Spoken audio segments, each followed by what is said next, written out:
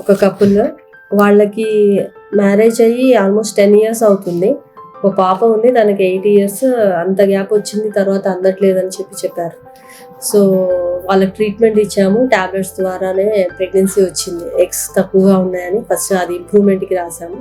తర్వాత 2nd monthలో తనకి pregnancy confirm అయింది. ఇప్పుడు తనకి 5 months కంప్లీట్ అయ్యాయి. టిఫా స్కానింగ్ కూడా చేసాము, నార్మల్గానే అంతా బాగుందిరా. అంతా స్కానింగ్ కూడా మంచిగా ఉంది. ఎలా అనిపిస్తుందా కవిత, నరేష్ గారు? చాలా సంతోషంగా ఉంది. అంటే 8 years పాపకి మా కాన్సెప్ట్కి 8 years గ్యాప్ వచ్చింది. చాలా హాస్పిటల్ తిరిగినా కానీ అక్కడ మాకు అందలేదు. ఓకే, మీకు కన్సల్ట్ అయినాం, చాలా హ్యాపీగా ఉంది. 2nd month మాకు అందింది. Okay, congrats. ఎలా అనిపిస్తుంది? బాగానే అనిపిస్తుంది. ఇన్ని హాస్పిటల్ తిరిగిన మాకు కనుక 8 years తర్వాత కనుక ఓకే ఓకే, చాలా హ్యాపీగా ఉంది.